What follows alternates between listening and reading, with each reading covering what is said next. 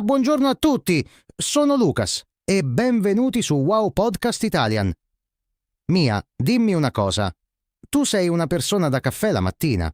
Buongiorno Lucas, ciao a tutti, sono Mia. Sì, assolutamente. Senza caffè la mattina non riesco a fare niente. È come se il mio cervello non si svegliasse davvero. Vero. E tu? Uguale. Sai, stamattina ho pensato proprio a questo mentre tenevo la tazzina in mano. Il caffè fa parte della nostra vita quotidiana, è quasi un rituale sacro. E oggi vogliamo parlare esattamente di questo con voi, cari ascoltatori. Sì, esatto. Cari ascoltatori, oggi parliamo del rituale del caffè mattutino. Se state imparando l'italiano, questo è un argomento perfetto perché il caffè è una parte importantissima della cultura italiana. È impossibile capire l'Italia senza capire il suo rapporto con il caffè. Siete pronti? Allora, Mia, cominciamo da te. Come inizia la tua mattina con il caffè? Descrivici il tuo rituale nel dettaglio. Con piacere. Allora, la mia sveglia suona alle 7, ma io non mi alzo subito, lo ammetto. Resto a letto ancora 5 minuti, o forse 10. Il letto la mattina è così comodo, no? Ma poi, quando finalmente mi alzo, la prima cosa che faccio è andare in cucina. Non al bagno, non a guardare il telefono. In cucina. Già, anch'io faccio così. La cucina è la prima e vera destinazione della giornata. Prima il caffè, poi tutto il resto. Esattamente. E appena entro in cucina, accendo la macchinetta del caffè. Ho una moka, sai? Una di quelle caffettiere italiane classiche. La metto sul fuoco e aspetto. Quel suono, quando il caffè comincia a salire attraverso il filtro e riempie la parte superiore, è meraviglioso. È quasi musicale. Oh sì, quel gorgoglio della moka. È uno dei suoni più belli del mattino. Io invece uso una macchina del caffè automatica. Premo un pulsante e dopo 30 secondi ho il mio espresso pronto. Velocissimo. Comodo. Ma hai perso un po' di magia, Lucas. Con la moka c'è un piccolo rituale che mi piace moltissimo. Metti l'acqua fino alla valvola, metti il caffè macinato nel filtro, lo livelli un po' ma senza premere troppo, chiudi bene la moka, metti sul fuoco a fiamma media. È quasi meditativo. È un momento tutto mio. Capisco cosa intendi. Il processo ha il suo fascino. Però quando sono mezzo addormentato alle 7 di mattina, la macchina automatica mi salva davvero la vita. Basta premere un tasto. E voi, cari ascoltatori, come preparate il caffè a casa? Avete una moka italiana, una macchina automatica o forse una French press o magari qualcosa di completamente diverso? Bella domanda, scriveteci nei commenti. Siamo curiosissimi di sapere come iniziate voi la mattina. E diteci anche da dove venite, è sempre interessante sapere da quali paesi ci ascoltano le persone. Sì, assolutamente. I commenti sono sempre pieni di risposte bellissime da tutto il mondo. Ci piace leggerli tutti. Allora, Mia, continuiamo. Il caffè lo bevi subito in piedi, velocemente, o ti siedi e ti prendi il tuo tempo? Dipende dalla giornata. Se ho tempo, e questo succede soprattutto il fine settimana, mi siedo al tavolo della cucina, guardo fuori dalla finestra, osservo il cielo e bevo il caffè lentamente. È il momento più tranquillo di tutta la giornata. Solo io e il mio caffè. Che bello! Suona quasi poetico. Io invece quasi sempre bevo il caffè in piedi, vicino al bancone della cucina. E lo ammetto, guardo il telefono, controllo i messaggi, le notizie del giorno. Ah, Lucas, questo non va bene. Il mattino dovrebbe essere un momento di calma, di transizione lenta tra il sonno e la giornata, senza telefono, senza notifiche, senza stress. Lo so, ma è più forte di me. Ho bisogno di sapere cosa è successo nel mondo mentre dormivo. È una brutta abitudine, te lo ammetto completamente. Ma il caffè con le notizie è diventato la mia routine. Beh, almeno sei onesto.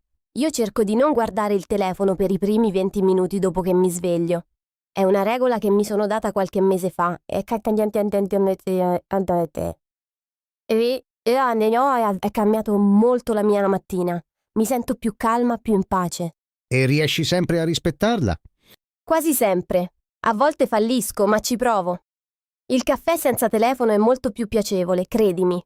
Ti permette di sentirti davvero nel momento, di apprezzare quel piccolo spazio di silenzio prima che la giornata cominci davvero. Ci credo. Forse dovrei provare anch'io. Magari per una settimana, come esperimento. E il caffè lo bevi da solo o con qualcosa? Un biscotto, una fetta di pane, qualcosa di dolce per accompagnarlo? Ah, ottima domanda! Io di solito bevo il caffè con un biscotto. Ho sempre una scatola di biscotti in cucina proprio per questo. A volte anche con una fetta di pane tostato con la marmellata di albicocche. È la mia preferita. Classico italiano. Io invece bevo il caffè da solo, senza niente. Un espresso puro, corto, forte e amaro. Niente zucchero, niente biscotti, niente di niente. Niente zucchero? Ma come fai? Per me il caffè senza zucchero è quasi impossibile da bere. Troppo amaro. Mi sono abituato negli anni. È stato un processo graduale. Prima mettevo 2 cucchiaini di zucchero, poi 1, poi mezzo e adesso niente. Il caffè amaro mi piace molto. Sento meglio il sapore vero del caffè, le sue note, la sua complessità. Interessante. Non ci avevo mai pensato in questi termini. Io metto un cucchiaino, sempre uno.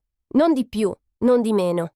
È il mio equilibrio perfetto tra dolce e amaro. E voi, ascoltatori? Preferite il caffè amaro o dolce? Quanti cucchiaini di zucchero mettete? Fatecelo sapere nei commenti. Ogni risposta è benvenuta. Siamo curiosi di tutti i vostri gusti. Sì, scrivete. È bello interagire con voi. Ne siete tanti a seguirci da tutto il mondo e siamo felici di conoscere le vostre abitudini e la vostra cultura attraverso i commenti. Ogni volta che leggiamo i vostri messaggi impariamo qualcosa di nuovo. Assolutamente. Allora, Mia, passiamo a un'altra cosa interessante. Il caffè che bevi a casa è uguale al caffè che prendi al bar. C'è differenza? Ottima domanda. No, sinceramente sono due esperienze molto diverse. Il caffè al bar ha qualcosa di speciale che non riesco a replicare a casa. Forse è la macchina professionale, forse è la mano del barista, forse è l'atmosfera del bar la mattina, forse è semplicemente il fatto che qualcuno lo prepara per te. Esatto! C'è qualcosa di quasi magico nel caffè al bar italiano. Il barista lo prepara velocemente, con movimenti precisi e sicuri, lo mette sul bancone davanti a te, tu lo bevi in 30 secondi in piedi ed è una cerimonia completa, rapida ma piena di significato. Sì, e il suono del bar italiano la mattina è assolutamente unico. Le tazzine che tintinnano sul bancone, le persone che parlano di tutto e di niente, la macchina del caffè che sibila ed sfrigola, il barista che grida l'ordine. È un'esperienza sensoriale completa. Perfettamente descritto. E hai notato che in Italia le persone al bar la mattina sono sempre di corsa? Entrano, salutano il barista per nome, ordinano, pagano quasi in anticipo, bevono in piedi e escono in meno di 3 minuti. È quasi una danza. Sì, è vero. Il caffè italiano al bar è veloce, essenziale, efficiente. Non come in altri paesi dove le persone si siedono per un'ora con un grande bicchiere di caffè e lavorano al computer. Giusto? 2 culture del caffè completamente diverse, entrambe belle a modo loro. E parlando di tipi di caffè, tu bevi il cappuccino? Sì, ogni tanto. Il cappuccino è perfetto per la mattina. Mi piace molto, specialmente quando fuori fa freddo. Ma solo la mattina, mai dopo pranzo. È una regola non scritta in Italia. Come sai? Esatto. Se ordini un cappuccino dopo le 11 o mezzogiorno in Italia, i locali ti guardano in modo un po' strano. No, non dicono niente, ma lo pensano. È una cosa culturale molto interessante e radicata. Sì, cari ascoltatori, questa è una cosa importante da sapere se visitate l'Italia o se state studiando la cultura italiana. Il cappuccino è una bevanda mattutina, punto. Dopo pranzo si beve l'espresso o al massimo un macchiato. Il latte nel caffè dopo i pasti non è visto bene perché secondo la tradizione italiana appesantisce la digestione. Esattamente. E a proposito di cultura, Mia, parliamo di come il caffè influenza davvero la nostra giornata. Per me, se non bevo il caffè la mattina, tutto va storto. La testa non funziona bene, sono di cattivo umore. È quasi come una dipendenza, lo ammetto. Capisco benissimo. Anche per me è così. Una volta ho saltato il caffè mattutino perché avevo una riunione molto presto e non avevo tempo. Tutta la mattina mi sentivo stanca, lenta, come se fossi ancora a metà tra il sonno e la veglia. Era una sensazione davvero scomoda. Sì, il caffè non è solo una bevanda, è un segnale per il corpo e per la mente. Dice al tuo cervello: ok, adesso si inizia. La giornata comincia. È come premere un interruttore. Bella metafora. L'interruttore del mattino. Mi piace molto questa immagine. E penso che molte persone nel mondo capiscano questo sentimento, non solo gli italiani. Il caffè è qualcosa di universale. Certamente, il caffè è una delle cose più condivise e amate nel mondo intero. Quasi tutte le culture hanno una tradizione legata al caffè.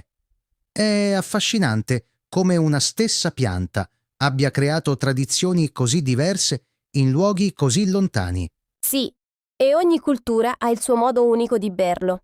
In Italia l'espresso veloce al bar, in Francia il caffè filtro con una croissant, in Turchia il caffè turco denso e profumato servito con qualcosa di dolce, in Etiopia il caffè con le spezie come il cardamomo, in Giappone il caffè freddo perfettamente bilanciato. E in molti paesi ora va molto di moda il caffè ghiacciato in tutte le sue varianti. Mia, ti piace il caffè freddo? Sì, in estate. D'estate bevo spesso il caffè shakerato o il caffè con il ghiaccio. È rinfrescante e buonissimo. Ma in inverno preferisco sempre qualcosa di caldo, che mi scaldi dall'interno. Io invece bevo sempre il caffè caldo, in qualsiasi stagione, anche ad agosto con 35 gradi. Il caffè freddo non mi convince, preferisco di gran lunga il calore della tazza tra le mani. Luca, sei un vero tradizionalista. Ma va bene così. Ognuno ha le sue preferenze e questo è ciò che rende le persone interessanti. Non esiste un modo sbagliato di amare il caffè. Verissimo. E voi ascoltatori, avete delle tradizioni particolari legate al caffè? Magari un modo speciale di prepararlo, un rituale mattutino preciso o un momento speciale della giornata in cui lo bevete con più piacere. Sì, scriveteci nei commenti. Siamo davvero curiosi di conoscere le vostre tradizioni. Il caffè è un tema così ricco di storie, di emozioni, di culture diverse. Ogni persona ha il suo rapporto speciale con questa bevanda. Assolutamente. Ok, Mia, prima di salutare, voglio farti un'ultima domanda. Se dovessi descrivere il tuo caffè mattutino ideale in 3 parole soltanto, quali sceglieresti? 3 parole. Calmo, caldo e profumato. Il caffè ideale si beve in un momento tranquillo, deve essere caldo al punto giusto, non bollente, e deve avere un profumo meraviglioso che si diffonde in tutta la cucina. Quel profumo che ti sveglia prima ancora di berlo. E il tuo? Forte, veloce e solitario. Voglio il mio caffè forte e intenso. Lo bevo velocemente senza troppi indugi e preferisco berlo in silenzio assoluto, prima che il resto della casa si svegli. È il mio momento personale, solo mio. Oh, capisco. Quel momento di pace e silenzio prima che la casa si svegli è davvero preziosissimo. È quasi sacro. Incredibilmente prezioso. Un regalo che ci facciamo ogni giorno. Bene, cari ascoltatori, siamo arrivati alla fine di questo episodio. Spero che abbiate imparato qualcosa di nuovo sull'italiano e sulla bellissima cultura del caffè italiano. Sì, e ricordate, se state imparando l'italiano, parlare di cose quotidiane come il caffè è uno dei modi migliori per migliorare.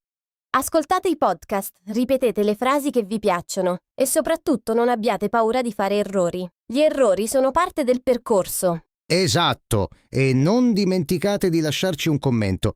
Diteci come bevete il vostro caffè, da dove venite nel mondo e cosa pensate di questo podcast. Ogni commento ci aiuta a capire cosa volete sentire nei prossimi episodi. Ci trovate qui su Wow Podcast Italian con nuovi episodi ogni settimana. Grazie mille per il vostro tempo, per la vostra attenzione e per il vostro affetto. Siete il motivo per cui facciamo questo. Grazie di cuore a tutti. Continuate a praticare l'italiano ogni giorno, anche solo per qualche minuto. Ogni piccolo passo conta e col tempo vedrete grandi risultati.